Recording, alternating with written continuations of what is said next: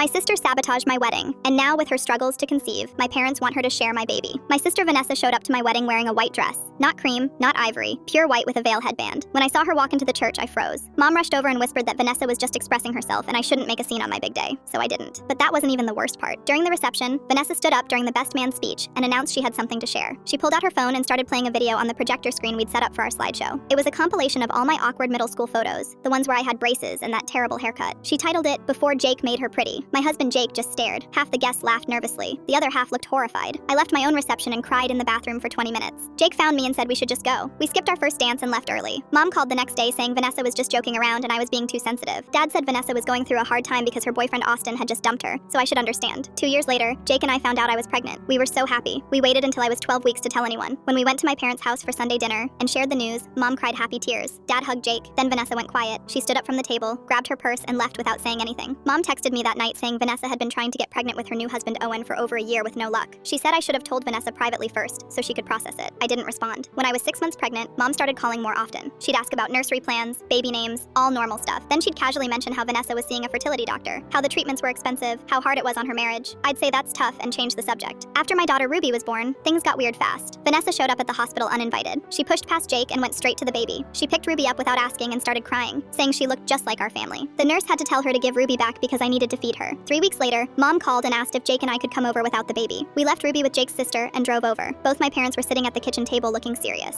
Dad said they needed to talk about something important. Mom said Vanessa was really struggling with infertility and it was affecting her mental health. Then she said since I had Ruby and everything worked out so easily for me, maybe Vanessa could be really involved in Ruby's life, like a second mom. I laughed because I thought she was kidding. She wasn't. Dad said Vanessa could babysit regularly, maybe even have Ruby stay over on weekends once she was older. Mom said it would help Vanessa feel fulfilled while she worked on her own fertility journey. They kept saying it wasn't fair that I got pregnant so easily when Vanessa wanted it so badly. Jake asked if they were serious. Dad said they were just trying to find a solution that helped everyone. I stood up and said no. Mom started crying and said I was being selfish. That family helps family, that Vanessa needed this. I grabbed my coat and walked out. Vanessa started showing up at our house unannounced. She'd ring the doorbell during Ruby's nap time. She'd bring baby clothes we didn't ask for. Once she let herself in through our unlocked back door while I was upstairs, and I came down to find her holding Ruby in the living room. She said Mom gave her our spare key. I took the key back and changed our locks that same day. Mom called me horrible for cutting Vanessa off from her niece. Dad said I was punishing Vanessa for something she couldn't control. I said Vanessa could be an aunt like a normal person, not whatever this was. Mom said normal families share joy, and I was hoarding my baby. The final thing happened at Ruby's first birthday party. We kept it small, just close friends and Jake's family. We didn't invite my parents or Vanessa because I knew it would turn into drama. Vanessa found out from one of my cousins who posted a photo online. She drove to our house in the middle of the party, walked into our backyard, and tried to blow out Ruby's candles with her. Jake physically blocked her while I grabbed Ruby. Vanessa screamed that Mom was right, that I was keeping Ruby from her on purpose. Our neighbor called the police because Vanessa wouldn't leave. The cops made her go, but she sat in her car outside our house for 2 hours. Jake filed for a restraining order the next week.